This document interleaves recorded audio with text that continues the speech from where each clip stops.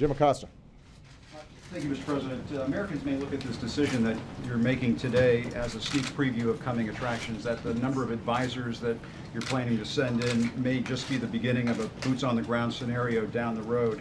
Why is Iraq's civil war in the national security interests of the United States, and are you concerned about the potential for mission creep? I think we always have to guard against mission creep. So let me repeat what I've said in the past. American combat troops are not going to be fighting in Iraq again.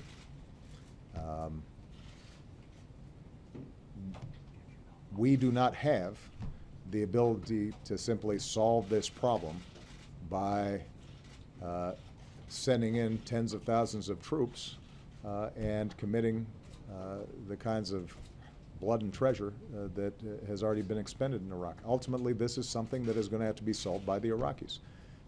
It is in our national security interests not to see an all-out civil war inside of Iraq.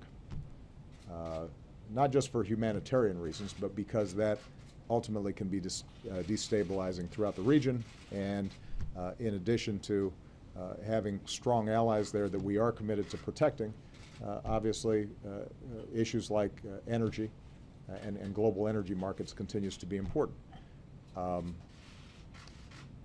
We also have an interest in making sure that we don't have a safe haven that continues to grow for ISIL and other extremist jihadist groups who could use that as a base of operations for planning and targeting ourselves, our personnel overseas, and eventually the homeland.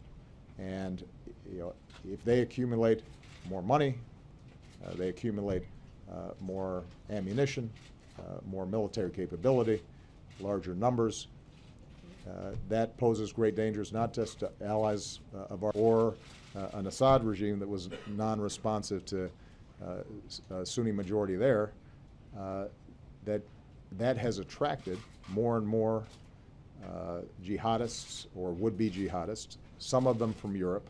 They then start traveling back to Europe, and that over time can create a cadre of terrorists that could harm us. So we have humanitarian interests in preventing bloodshed. We have strategic interests in stability in the region. We have counterterrorism interests. All those have to be addressed. The initial effort for us to get situational awareness through the reconnaissance and surveillance that we've already done, coupled with some of our best people on the ground doing assessments of exactly what the situation is, starting, by the way, with the perimeter around Baghdad and making sure that that's not overrun. That's a good investment for us to make. But that does not foreshadow a larger commitment of troops to actually fight in Iraq.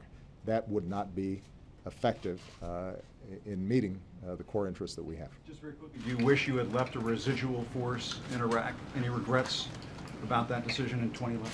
Well, keep in mind, that wasn't a decision made by me. That was a decision made by the Iraqi government.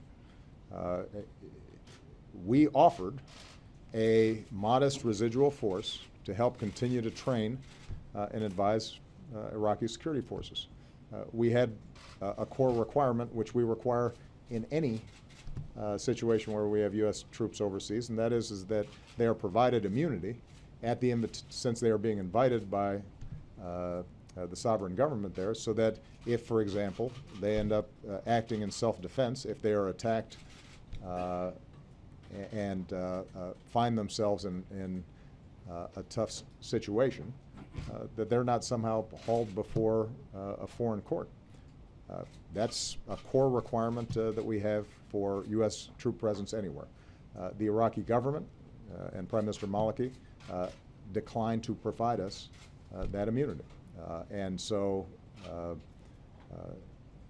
I think it is important, though, to recognize that despite that decision, that we have continued to provide them with very intensive advice and support, and have continued throughout this process over the last 5 years to not only offer them our assistance militarily, but we've also continued to urge the kinds of political compromises that we think are ultimately necessary in order for them to have a functioning multi-sectarian democracy inside the country.